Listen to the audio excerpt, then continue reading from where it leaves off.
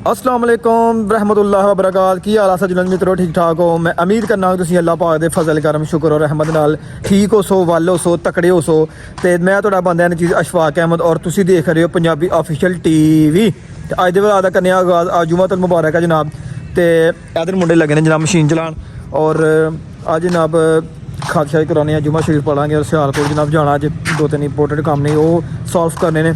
3 हफ्ते होया जनाब तुसीं देख सकदे हो खाद नहीं करवाया क्योंकि मसूफियत कुछ इस तरह की थी कि खत भी नहीं हो सकिया।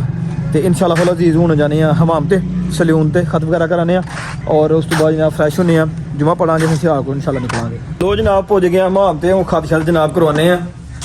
हाँ जी विशाल भाई क्या हाल शुक्र है ठीक हो जनाब सानू पग्गू बचा बना दियो। 3 हफ्ते हो गए उस्ताद जी खत करवा दें। ठीक है यह जनाब सलून है बड़ा ज़बरदस्त।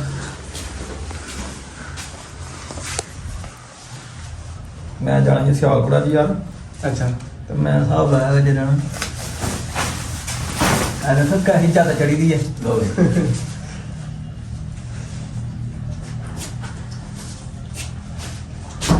कितने तक कपड़े का काम लागे पहुंच गए बस।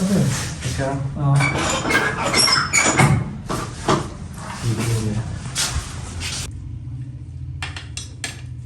दाढ़ी जनाब बहुत बड़ी हो गई है तो खाद शादी करवावांगे इंशाल्लाह अज।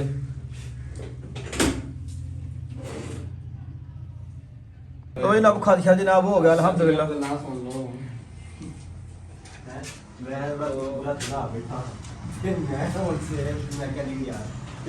ते हूँ चलिए जनाब सियालकोट लारी अपनी ने फुल जनाब इन्हें भी नवा दिता फ्रैश कर दिता इन्हें भी जिन्होंने सर्विस भी करवा दी है। हूँ जनाब लगे हाँ सियालकोट निकलना फ्रैश हो के। तो जनाब फ्रैश हो गया जनाब अल्हम्दुलिल्लाह। हूँ गड्डी जनाब थोड़ा ट्रक शेक मार लेने फिर इंशाल्लाह जनाब कपड़े पावांगे तो निकलांगे सियालकोट। ठीक है जनाब कंपोर्ट पॉलिश वाली जी टाकी यही जनाब मार लेने अज फिर।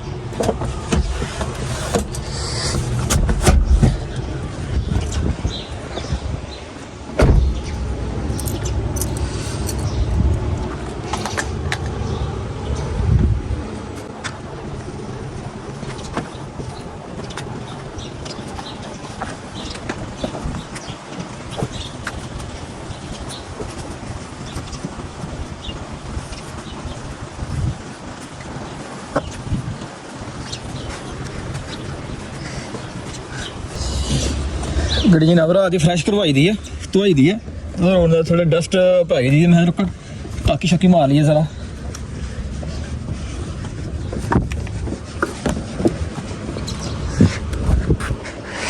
जनाब फ्रंट स्क्रीन आ गई है।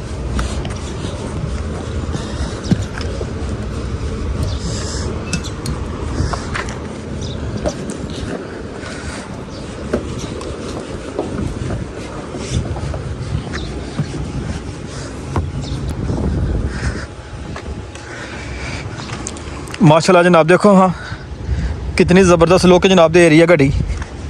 क्या बात है यार।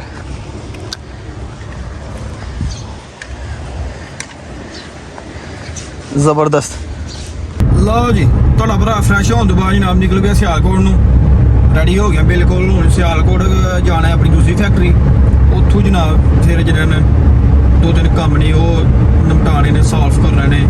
एक पेशेंट का पता भी लेना है हॉस्पिटल भी जाना तो गड्डी जनाब थोड़ा सर्विस वगैरह की करवा ली है तो आयल वगैरह चेंज करवाना भी गड्डी जमा करवानी है सुजुकी शोरूम तो।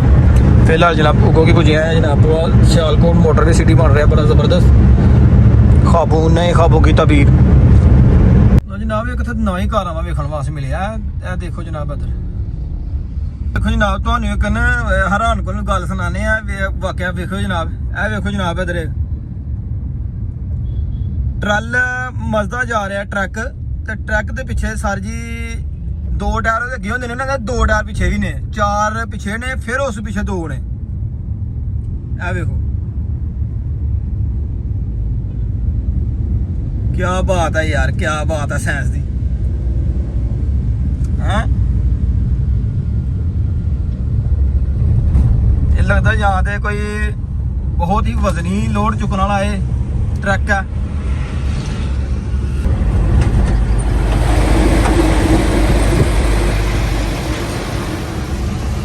ਲੋ ਜਨਾਬ ਫਾਈਨਲੀ ਸਿਆਲਕੋਟ ਵਾਲੀ ਫੈਕਟਰੀ ਪਹੁੰਚ ਗਏ ਨੇ ਜਨਾਬ। ਇੱਥੇ ਤੇ ਮਾਸ਼ਾਅੱਲਾ ਲਹਿਰਾਂ ਤੇ ਬਹਿਰਾਂ ਹੋਈਆਂ ਪਈਆਂ ਨੇ ਜਨਾਬ। ਮਾਲ ਬਹੁਤ ਜ਼ਿਆਦਾ ਆ ਗਿਆ।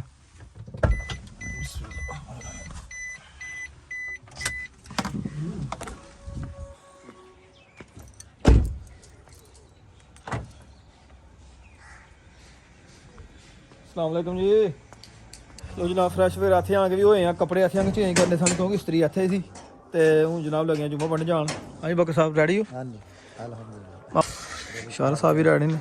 ਤਾਲੇ ਤੁਲੇ ਲਾ ਦੇਣੇ ਆ ਇੰਸ਼ਾਅੱਲਾ ਫਿਰ ਜਨਾਬ ਜੁਮਾ ਪੜ੍ਹ ਕੇ ਆਉਂਦੇ ਆ। ਇਹ ਸਾਡੇ ਚਾਚੂ ਜਾਨ ਜੁਮਾ ਪੜ੍ਹਨ ਤੋਂ ਬਾਅਦ ਜਨਾਬ ਆਏ ਆ ਹਸਪੀਟਲ। ਖਾਲਾ ਜਾਨ ਦਾ ਪਤਾ ਲਿਆ ਅਲਹਮਦੁਲਿਲਾ। खाला जान बहुत बेहतर ने पहले लिया अल्लाह पाक उन्होंने दराज उम्र अता फरमाए। अल्लाह पाक उन्होंने सेहत याबी अता फरमाए। तो जनाब हूँ जाना सी गड्डी छड्डन शोरूम से आयल वगैरह फिल्टर वगैरह ट्यून वगैरह करवाने सी ते वो हूँ लेट हो गई हूँ सुबह इंशाल्लाह दे के आवांगे। तो हूँ जाना जनाब समड़ियाल गड्डी बिशारत भाई को मैं बिशारत भाई दे जानी है क्योंकि सुबह नज़दीक समड़े सियालकोट तो उन्होंने शोरूम ने दे जाएंगे। तो मैं तो जना ਸਮੜਿਆਲ ਇੱਥੋਂ ਜਨਾਬ ਜਾਣੇ ਆਡੇ ਤੱਕ ਬਿਸ਼ਰਤ ਭਾਈ ਦੇ ਨਾਲ ਉਹ ਤੋਂ ਫਿਰ ਕੋਈ ਰਕਸ਼ਾ ਫੜਾਂਗੇ ਫਿਰ ਜਾਵਾਂਗੇ ਸਮੜਿਆਲ। ਤੇ ਇਹ ਸੀ ਜਨਾਬ ਸਾਡਾ ਅੱਜ ਦਾ ਛੋਟਾ ਜਿਹਾ ਡੇਲੀ ਬੇਸ ਦਾ ਵਲੌਗ। ਉਮੀਦ ਕਰਨੇ ਆ ਕਿ ਦੋਸਤਾਂ ਨੂੰ ਅੱਛਾ ਲੱਗਾ ਹੋਵੇਗਾ। ਅਗਰ ਅੱਛਾ ਲੱਗਾ ਤਾਂ ਕਮੈਂਟ ਸੈਕਸ਼ਨ 'ਚ ਆਪਣੀ ਰਾਏ ਦਾ ਜ਼ਰੂਰ ਯਾਰ ਇਜ਼ਹਾਰ ਕਰ ਦਿਆ ਕਰੋ ਤਾਂ ਕਿ ਸਾਡੀ ਥੋੜੀ ਜਿਹੀ ਹੌਸਲਾ ਅਫਜ਼ਾਈ ਹੋ ਜਾਂਦੀ ਹੈ। ਇਹਦੇ ਨਾਲ ਹੀ ਜਨਾਬ ਆਪਣੀ ਮੇਜ਼ਬਾਨ ਬੰਦਾ ਨੇ ਚੀਜ਼ ਅਸ਼ਫਾਕ ਅਹਿਮਦ ਨੂੰ ਜੋ ਇਜਾਜ਼ਤ। अपना बहुत सारा ख्याल रखना दुआवां याद रखना। फी ईमान अल्लाह हाफिज़।